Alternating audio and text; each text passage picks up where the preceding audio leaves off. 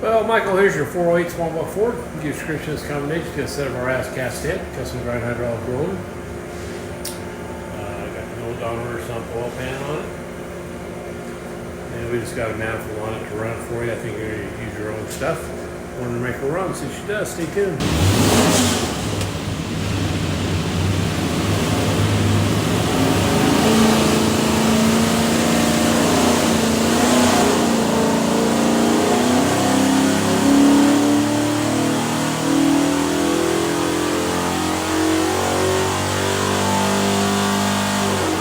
Yoke 3400 is 498 foot-pounds torque, peak torque 517, peak horsepower 478. Good and flat up there, rate of 450.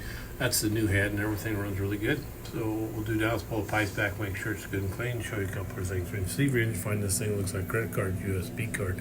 It is full of technical information. In your packet will be this engine spec sheet. Highly recommend glancing over that. Tells you a lot of important stuff. Have a great day.